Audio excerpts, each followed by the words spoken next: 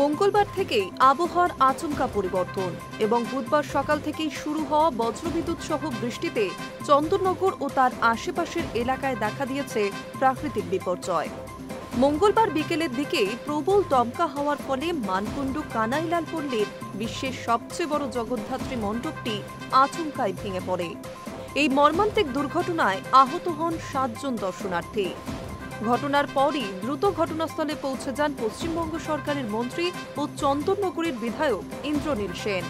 Chandannagar police commissioner সহ প্রশাসনের উচ্চপদস্থ আধিকারিকরাও উপস্থিত হন।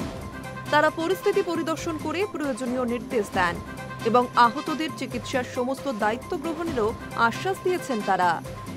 বুধবার সকাল থেকেই বজ্রবিদ্যুৎ সহ প্রবল বৃষ্টি শুরু হতেই চন্দননগরের বিভিন্ন সজ্জিত পথের আলো স্ট্রাকচারে প্রভাব পড়তে শুরু করে।